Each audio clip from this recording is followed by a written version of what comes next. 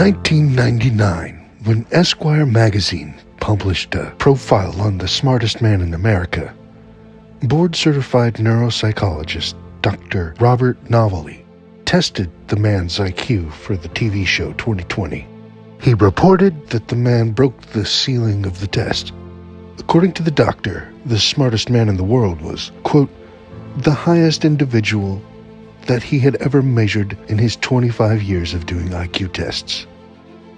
The smartest man in the world is an autodidact, which means that he is self-taught. He never went to college. Rather, he did, but he found the professors to be so ignorant that he dropped out. In 1989, the world's smartest man published a theory of everything that bridged the impossible gap and unified space-time with the mysteries of the quantum world. His theory was never able to gain traction with a wider audience because the smartest man in the world believes in God. Why is it that intellect is associated with atheism? Now, you may disagree, but what I mean is, in academia, there's obviously an association with intellect there. Just assume that proposition is correct. You know what I'm referring to. Why is it that most smart people now think that it's smart or it's intellectual to eschew God? Well, they're dummies. They think they're a lot smarter than they actually are. That's the problem. The geniuses throughout history, if you want to look at the real geniuses throughout history, most of them believed in God. Most of them admitted that there was a higher power, that there had to be a higher power.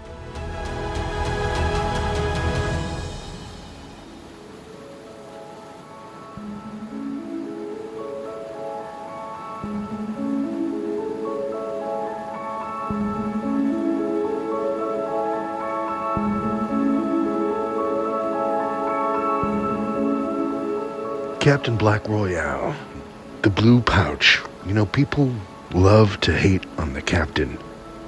But that's always been the battle between English and American blends. Some say that English means no flavoring, but I would just point out that the most popular English blending houses in the world, J.F. Germain, the two Gawith houses, all three are considered most famous for their well-seasoned blends, some of them referred to as grandma's perfume.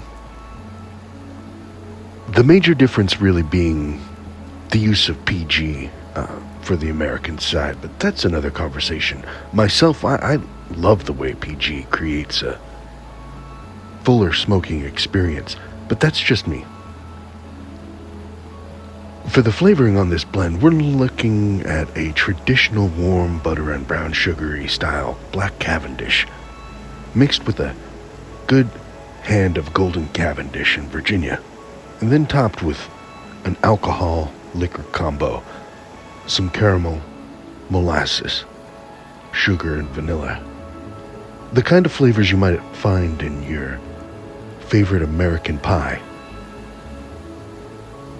I think that's why people like this blend so much. It's got a sweetness, but there's a complexity to it. Myself, I love the addition of the golden Cavendish.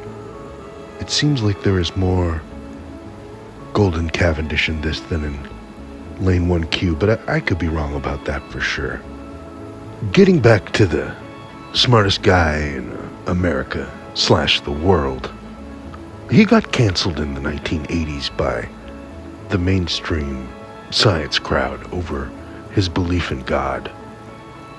The rise of the religion of scientism and its sister faith, materialism and atheism in American universities coincided with the introduction of Marxist professors and literature into the American education system.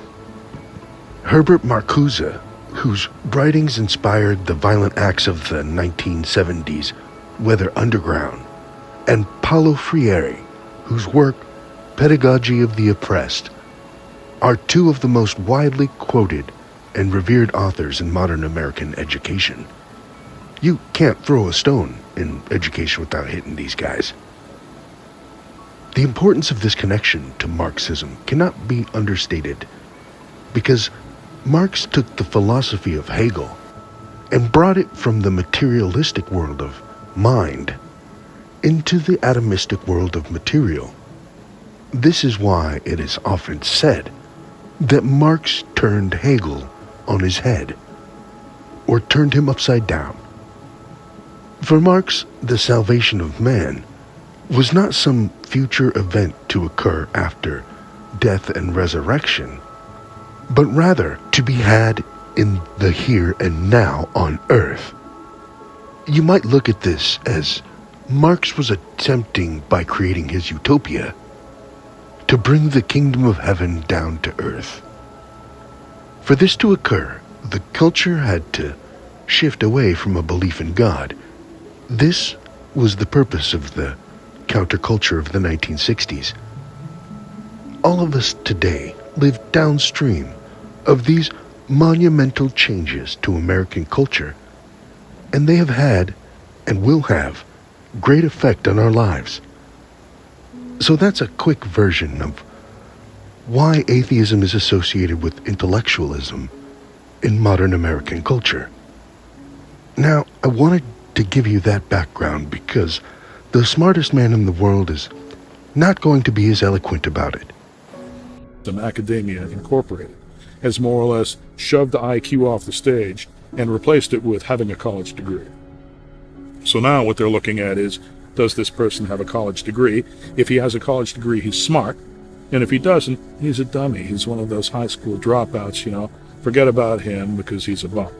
All right? That is a disservice to the world, that kind of thing. Because anybody at this point can get a college education, right? It doesn't make any... Sometimes I think that, I have a dog who, if I paid the money and put this dog in a class, the dog would end up with a degree, right? I mean, he can't write or spell his own name, but then again, it seems to me that some of the people who are graduating from college these days can't do that either.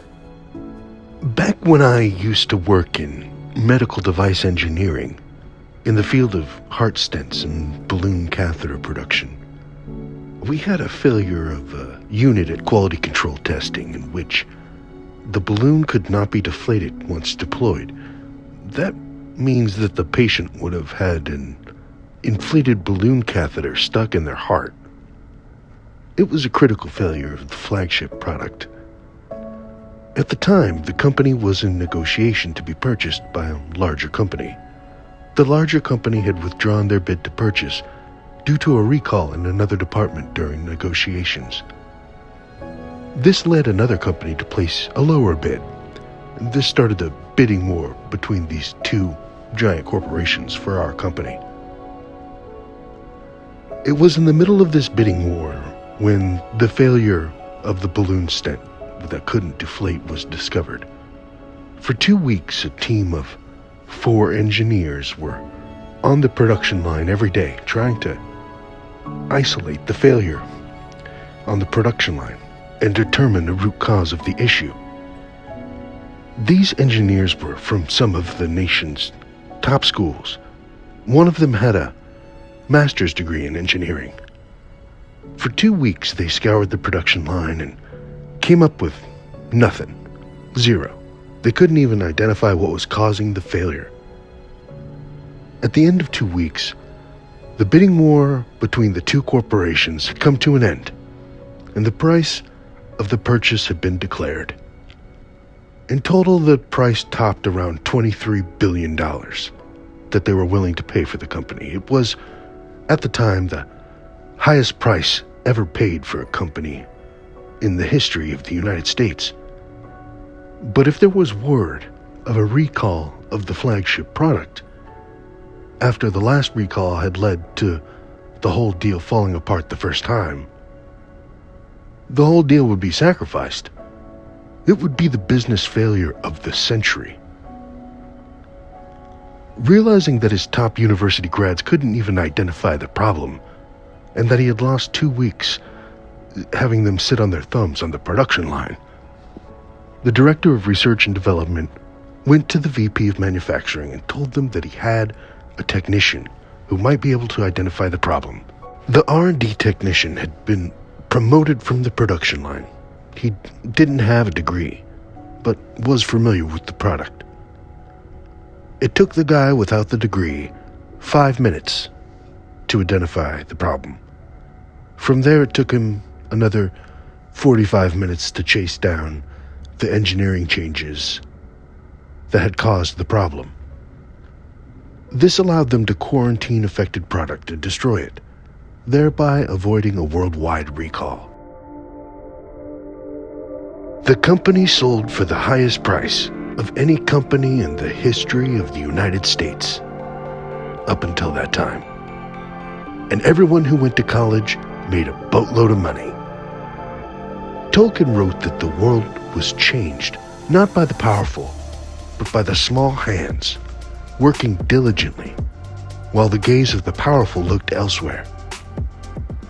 The technician that day had saved the recall, thereby saving the biggest deal in history. But he received little more than a pat on the back from the VPs that had crowded the production meeting that day. The next year, the college guy who was the manager of the technician who saved the company gave the technician a bad review. The review didn't state anything that the technician had done wrong, just that his attitude was bad. The real reason for that issue was that the college manager was a militant atheist who loved to pester and demean people who believed in God. And the technician believed in God. The reason I know so much about the story of that company is because I was that technician. You know, if you work in the field of science and you believe in God, you really have to prepare yourself for the intense bigotry of many of the people that are in positions of power of that field. As for the smartest man in the world, the idea of God or the afterlife and the soul, these are obvious outcomes of what most would consider a serious study of existence and consciousness. For the physicists, it's the superposition. The cognitive scientists, it's the super observer. Here's what the smartest man on the planet thinks about it. Let's just put it this way. Let's forget about Newcomb's demon for a second and talk about God. Okay, God can see reality as a whole. You know what Einstein's block universe is, right? God sees the universe not as a block. He sees the universe through the eyes of its secondary tellers. Okay, that's how he's seeing. That's how he's looking and seeing the universe through our eyes. We're God's sensor controls, right? Which puts a whole different complexion on it. He waits for us to make up our minds before he knows what he's seeing. In other words, what we see is what we've decided on. Okay? So God is automatically allowing for our decisions.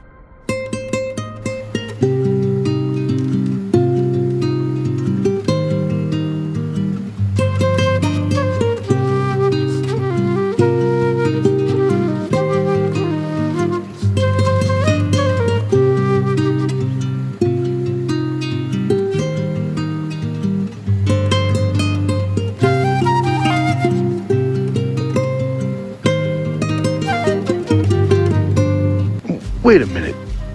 What did the world's smartest man say? That God sees the universe through his secondary tellers. That God sees the world through our eyes. Hold on. Isn't that... Wait a minute here. Isn't that the story of the secret of the pyramid? What is the secret of the pyramid again? That the eye on the pyramid is the all-seeing eye. The Ben stone, the source of all creation. You mean like the super observer? Well, wait a minute. The eye on the pyramid is a symbol. Whose eye is it on the pyramid? Remember that the capstone of the Great Pyramid was made of gold, a shiny metal. What did the Egyptians use for mirrors? Oh yeah, shiny metals like gold. The eye on the pyramid is a reflection. It's an image. The image is the eye of the observer. Who's the eye of the observer? Whoever's looking at the pyramid. When you look at the symbol, what the symbol is trying to tell you is that the eye on the pyramid, the all-seeing eye, is your eye. And what does that mean? That you are God? Probably not, but more like the body is the temple of the Holy Spirit, or hear, O Israel, the Lord thy God is one, with the oneness meaning one. all, everything. That's what the Kabbalists say anyway. You know, I would say that most of this sounds like Gnosticism or Neoplatonism. But where was it that Plato received his greatest teachings? Hermodorus tells us that Plato, at the age of 28, while fleeing from Athens after the death of Socrates, spent 10 years visiting with Euclid at Megara, the Pythagoreans in Italy, Dionysius in Sicily, and the mystery system in Egypt. He was initiated into some of the mystery schools in Egypt. He returned to Athens and opened an academy where he taught for 20 years. His doctrines, which covered a wide array of literature, consists of 36 dialogues that some scholars ascribe to Socrates, which Plato, as a pupil, should have published in Socrates' name after Socrates' death. However, all Plato's doctrines, like his teachers, Socrates, are of Egyptian origin. His theory of ideas was illustrated with reference to the phenomena of nature being a distinction between the idea, or noumena, and their copies, the phenomena, and between the real and unreal by the application of the principle of opposites. So the bigger question for me is, if I am and you are this unlimited intelligence that transcends concepts, why does that unlimited intelligence engage in using concepts? For me, that's the big question. This is the, well, first of all, you're in good company. This is an ancient problem. This is why does the one become many? Yes, right. This is why does the one become many, and how could the one become many if the one is one? Plato's doctrine of the mind, or nous, teaches that if God had made the world as perfect as the nature of matter allowed, God must have endowed it with perfect soul, that this soul acts as mediator between the ideas and natural phenomena, and is the cause of life, motion, order, and knowledge in the universe. This doctrine is the same as the open eye idea of the Egyptian temples, which modern Masonic lodges use to symbolize the omniscience and omnipotence of the Egyptian god Osiris. His doctrine of the demiurge and the created god teaches that the world was produced by fire through a process of transformation, and that since all things originate from fire, then fire is the Logos. This is identical with Heraclitus's doctrine of the Logos, and both are derived from the Memphite theology of the atom, the sun god in the creation story. His doctrine of the summum bonum, or the greatest good, teaches that the purpose of man's life is freedom from the fetters of the body in which the soul is confined, and that the practice of virtue and wisdom makes man like a god even while on earth. This doctrine is straight from the theory of salvation of the Egyptian mystery system. Nobel Prize-winning physicists, mathematicians, and cognitive scientists have begun to turn their mathematical and evolutionary theories back to the ancient teachings of the mysteries. This is something that most materialists would scoff at, but I am not joking. And this is reality now. The theory of evolution has led the mathematicians back to Plato's cave. We could talk to the physicists like Neil Marconi, Hamed, and so forth, but my take is that when he says space-time is doomed, he's saying that it's not fundamental. Right. He may not want to worry about deeper existential notions. He's saying if you're a physicist and that was the framework in which you were doing all your work. That's no longer the framework. You've got to go. You have to show that there's a deeper framework, and that that space-time comes out as a projection of a much richer and deeper framework. Wait, what did he just say? Let's slow it down for a minute. He said that if you're a physicist and you were doing your work in space-time, that's no longer the framework. This is a pretty big statement he's making here. You have to show that there's a deeper framework, he says, and that space-time comes out as a projection of that deeper framework. But what do they mean by space-time? That's pretty much the material world that you see, including your body.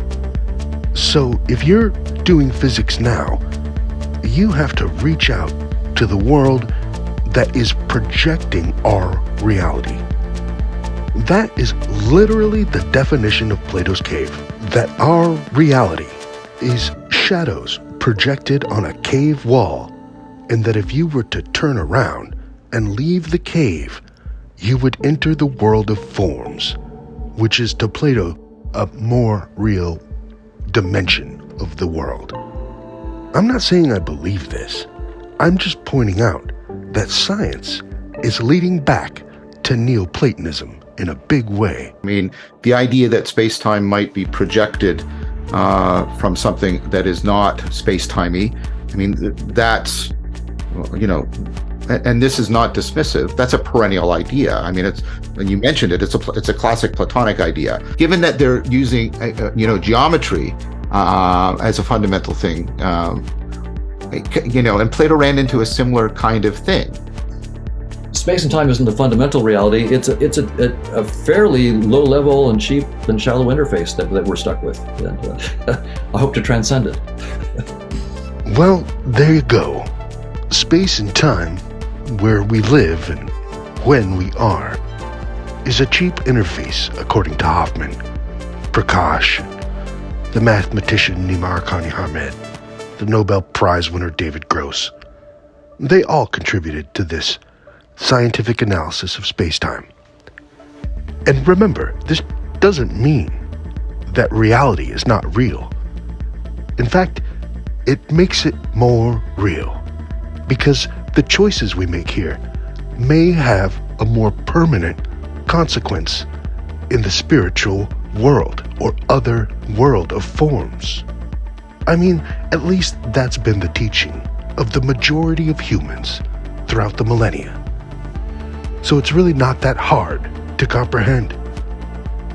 Recently I saw a video where a materialist had attacked a gentleman for his belief in God. You see this a lot. I live in Hollywood and worked in the field of applied science, so I saw it all the time. Modern atheism appears to be incredibly bigoted toward philosophers and religious people alike. Now the atheists can add physicists, mathematicians, and cognitive scientists to their list of heretics. The smartest man in the world spent most of his life working odd jobs as a contractor, a cowboy, and a long stint as a bar bouncer. Now he owns a horse ranch out in Montana, living the dream and working hard under that big sky country. He doesn't claim a particular religion, but talks about Jesus, salvation, heaven, and hell as real places for humans to reside. And I don't make any claim to know what the truths of these stories are. I only find it interesting how they have a mirror translation in biblical writings. And, the eye on the pyramid drawing, that was put on the back of the dollar bill by the Theosophical Society like 100 years ago. They're another group of Gnostic-style Neoplatonists. It's almost as if we are living now at the pinnacle of a paradigm shift that has been building to an arc for a long time. What's your definition of God, personally? The identity of reality. You see, I've been talking about reality, and I've been talking about the identity of reality.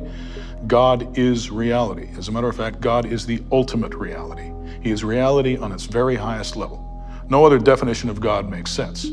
So the idea is that the universe and all of us and our mind and our perception all adds up to be God. Right, the universe is a coupling of mind and perceptual reality. Right? What you see out there, the external world and the internal world being your mind. This is a coupling, and it's not a coupling you can take apart and reduce to separate parts. It is one thing with two aspects. That's what I mean by a coupling, and that's what the universe is, and that's what God is as well. Except God has the power to actually factorize himself or fractionate himself into this coupling. And do you consider yourself spiritual? I think you have to be to do what I do, yeah. In what way? Like, how do you define your spirituality? Well, I'm aware of the metaphysical structure of reality. If you take the average person, they really think that they live in the material world and that that's it, all right? Anybody who is aware that there is actually another dimension or other dimensions to reality, then you start getting into spirituality. Because what connects the perceptual world to these other dimensions, if not spirit? And what other realities are happening here in front of us besides the physical reality? There are no limits except those that are on existence itself. Whatever can exist in this theory. Most of us perceive 3 dimensions. Is that correct? That's in 1 dimension of time, so it's 3 plus 1. And how many do you perceive more than that? Can I see more than 3 spatial dimensions? Yeah. Only when I'm deeply asleep. What do you see? Well, you actually see connections and correlations. You see patterns, right, that are not necessarily separated into dimensions. 3 dimensions, they have a special property, which is they're all independent of each other. That's what it means. They're orthogonal, they're perpendicular, right? Mathematically, that means that they're independent. The dimensions of reality are not all independent of each other. They get tangled up and tied up in certain ways. And those are the patterns that you can see that will inform you of spiritual reality.